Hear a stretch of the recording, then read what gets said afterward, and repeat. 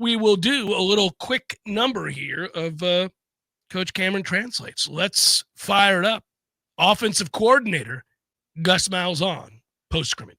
First scrimmage last night, it was really good. It was the first time really our 11 guys were out there together because we were missing so many guys in the spring. The first half was pretty basic with what they did defensively, so we could really evaluate our guys. I thought that was really good. With that, the second half, it was everybody play football. But from a big picture standpoint, it was good for us from an evaluation standpoint to see what guys could do, who's ready, who's not, who needs work. Just really putting the pieces of the puzzle together. I mean, what are we, 23, 24 days away? I mean, the urgency of putting everything together because of the way things went in the spring is really high. So these next, 6 practices are going to be very, very important, before we really start turning the page for Alabama. He said something that matters if you're paying attention. If you recall yesterday, when Mike Norvell said that the offense got off to a quick start, we kind of thought, okay, well, that's interesting. Nice to know. Now we know why. It was prearranged. The first half was pretty basic with what they did defensively, so we could really evaluate our guys. I thought that was really good. What he just told you was that they had to stay in a base defense so that he can run his base offense and get a feel for who's capable of doing what against a look that he knew was coming. They were pretty limited in the spring. He's telling you they were a lot more limited than he would have liked. And he's also telling you post-relief, right? Because don't you get the sense that there's relief in his voice, not because of the scripting and because they were able to hit plays off of script, but you can tell in his tone he's saying, all right, I've got something I can evaluate now. Now yes, I'm starting to learn. A basis for an understanding of who's what. And the relief comes through in those moments, which is interesting because he slept on it. That's not a first blush reaction. This is an interview conducted the next day. It's just before 1 o'clock Eastern at the time that he's speaking. So he's had a chance to chew on it for a little bit. He's looked at the film, and he's starting to get data that he can work with.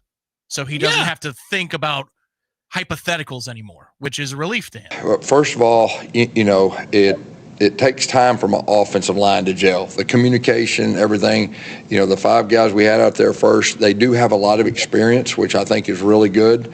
But working together, seeing the different looks, the communication, the ID, the double team technique and everything that goes with that, because a lot of guys came from different programs and they were coached different ways, and just making sure that everything is cleaned up. It's about the details. It's about execution. It's not about always the plays, it's about the execution part, and that's what I'm focused on. All right. So pause it there. This is good, actually. This is fine. So he's excited that they have experience, but he just told you why. The reason he's excited about their experience is that they will then be able to more quickly figure out how it is, because they've played a lot of football in a lot of different ways and a lot of different systems. They can more quickly figure out how it is he wants them to play, how Herb wants them to play within Gus's offense. So that's what that's about. It's about how we do it. They've played a lot of football. I'm not having to teach young kids how to do this. I'm having to teach guys that are from diverse systems collectively how to run our system. And given that none of these sons of bitches were here in the spring, we are just now hitting the ground running. So I can't really give you elaborate answers about what we're going to be. I don't know.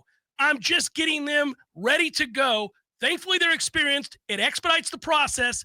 That's where we're at. That's what he just said. Next. Get off my back. We heard a lot about the running backs last night and just kind of the competitiveness in that room. What have you seen and how have you evaluated it? Yeah, that was really, when they played fairly base in that first half, that was really the first time you could really see the things you need to see, to try to get guys to separate. Because like I said, we got to make quick decisions. The scrimmages are so critical to the evaluation piece. And, we got an idea now, but obviously we'll have a second scrimmage. And after that, everything offensively will be about put in place. How is Tommy done with handling everything you're trying to put on his plate and understanding? Yeah, I mean, he's already familiar with the big picture stuff we did. Obviously, being with me a couple years ago, I think the challenge, our defense presents so many challenges. It's there's some unconventional things with the things that we do, which makes it really tough on offenses with IDing things. And so, when you're installing, sometimes you've got to take that into account with everything. But he's done a really, really good job up to this point. Look, as long as they're in a base defense and we're running the basic principles of my offense, Tommy's got that down.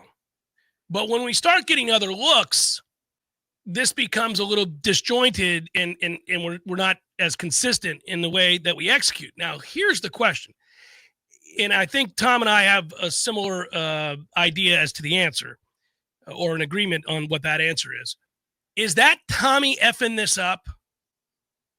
Or is that because the offensive line is not yet working in sync the way they will as they practice this more and more and more? Because again, to my point, in the spring, they weren't out there. That's why I thought the spring, it wasn't useless. It's never useless when you can get together and you can have scrimmages and you can have practices. I mean, you're going to glean something from that. You're going to gain something from that. But if you don't have your starting 11 out there and you're implementing a brand new offense, and oh, by the way, a brand new defense, and you're not able to have the guys that you're going to be counting on for when you play Alabama or anybody else for that matter out there together when the bullets are live, then it's hard to know what you are and what you're not and what you can be. And so they really are pressed for time. And that's the sense of urgency and the nerves that you hear and the frustration, as well as some of the, I think, optimism, which is that, hey, there's some elements of what we're doing. Maybe we're further along than what I thought we would be because of the experience of the players. Yeah, right. But we're nowhere near where we need to be. And that's why he's antsy. He's antsy anyhow. He doesn't want to be up at the dais. He doesn't want to answer these questions. But when you're pressed for time and your first opponent is Alabama and you're not anywhere close to where you need to be, and there are all kinds of issues that are cropping up early on, then you don't want to be sitting there talking to anybody. You want to be in the film room with them or on the field with them working through this. Yeah, agreed. I think it's the offensive line more than Tommy here. Just you were giving an either or. It's the latter. It's that the offensive line doesn't have enough work together. He keeps coming back to that. The question is not about the offensive line, and he says it is about the offensive line. It's just that they haven't been together except for these 6 days. And really, I think he misspoke. He said that that's the first time they've been together, period. Right. Well, I don't think that's true. I think they've been together every day this week leading up to that scrimmage. But he cares a lot about scrimmages, which is good. It's the way it should be, because he knows that that's going to teach you a hell of a lot more than an 11-on-11 period, 22 on a random Tuesday of practice. He wants the scrimmages. And so that means you also could hear it in his voice that he's gearing up towards Sunday for scrimmage number 2, because it sounds like that's going to be less scripted. But it also gives you a window into what's going on behind the scenes in the all-hands meeting with the coaching staff only. Yeah.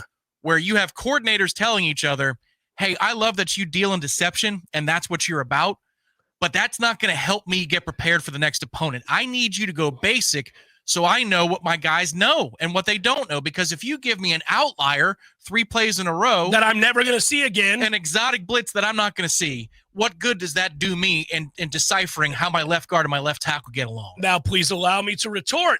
I, too, was hired, Gus, by Mike Norvell to come in and change something. It's called the defense. And how am I supposed to get my guys to understand the versatility of my defense and the way we run it and the leverage we need to have and the surprising factors that we bring to the table if all I ever do is run base so that you can get your guys in order?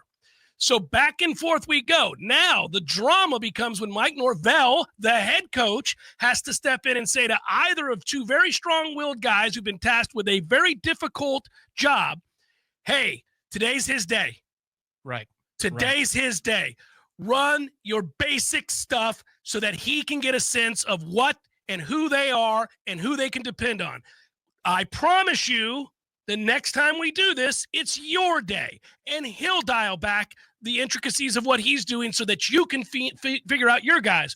But this is fun. This is dramatic. This would be Hard Knocks would be good to be here. To be clear, it's also perfectly healthy. It's what has to happen.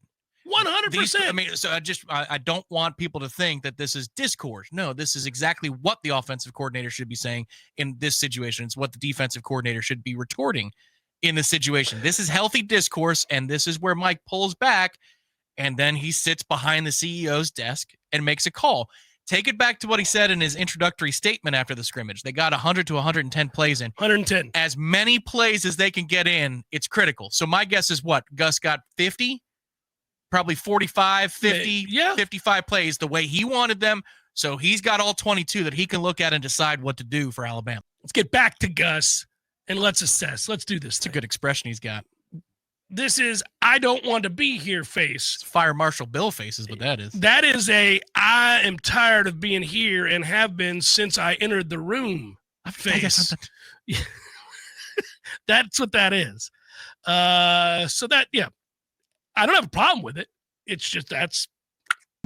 Yeah, anytime you get in a scrimmage, you want to push the ball down the field too. Obviously we were our base fundamental to run play action, but we wanted to push it down the field, and we made some plays down the field, and a couple of them we were close and all that. But we're still learning about our receiver group, and who's ready to play and who needs more work. Wow, that was better than I remembered. I didn't catch that the I first didn't catch time. it the first time either. He's mad that somebody didn't make a play down the field on a ball that was perhaps catchable. That's what that is, because he immediately said we're still learning our receiver group.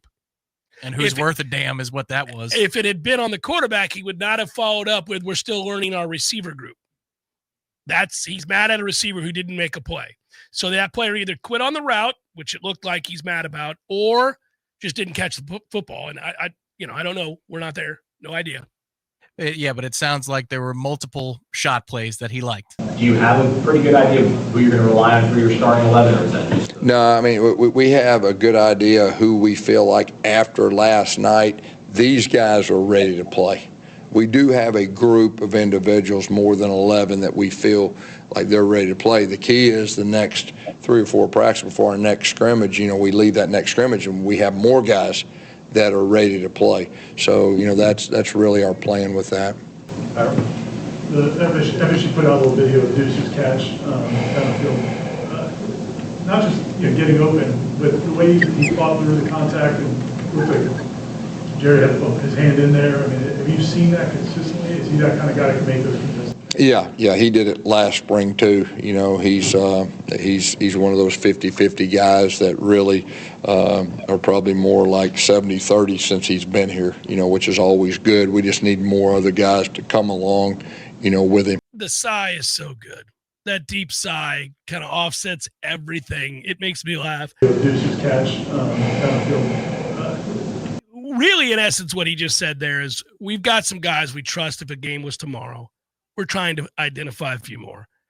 We need, in the next few days, to figure out, do I have 11 guys that I can go to war with? And then we'll worry, do I have 14? Do I have 18? What do I have? Yeah, there's certain things in practice. In fairness to both sides, we're both installing our stuff. That's the number one thing. There's certain things in practice, certain times that, we will be a little more basic on both sides to try to help each other with evaluation. But I think the challenge is putting in the offense and defense together with 2 new coordinators, and then offensively just, everything that went through spring, playing a little bit of catch up right there. But there is times we help each other, which, really goes a long way, I think, with both sides. Yeah, so there it is. In summary, he's doing exactly what we talked about. And I do like that he's jovial there when he talks about it. Like, that's the challenge. I get it. The other guy needs the same thing that I need, which is basic looks to install the stuff we need to install. Somebody asked in the comments I saw during the break, isn't that what scout team's for? Yeah, but when you're trying to figure out not necessarily, but also when you don't have your starting 11 yet, you're trying to figure out who belongs where. Scout doesn't kick in until after camp is over. So you might say it's all one thing. It's really not. There's the fall camp, and then there's the install. Once you get into install, that's when the black shirts are distributed. Correct. That's what Florida State has: green shirts for no contact and black for scout team. That's when those shirts are distributed for whoever's going to be on scout team, because that's not an assignment people want either. Nobody wants that. If you started out with scout team in practice 1, kids would shut down because they're trying to compete to stay off a scout team and be on the actual team that's trying to, first team, second team, offense, defense. early when you have, and I guess to answer that question, to add to Tom, we agree. You've got such a competition going on right now. Again, he's just told you they barely know the 11 that they like. He doesn't have a full 11 that he totally trusts, and the ones that he does are just now getting to play together for the first time. So there's room for competition to play out. There's 6 days into camp, 7 days now. They're going to make sure they have a real good understanding of who's what before they hand out that black jersey.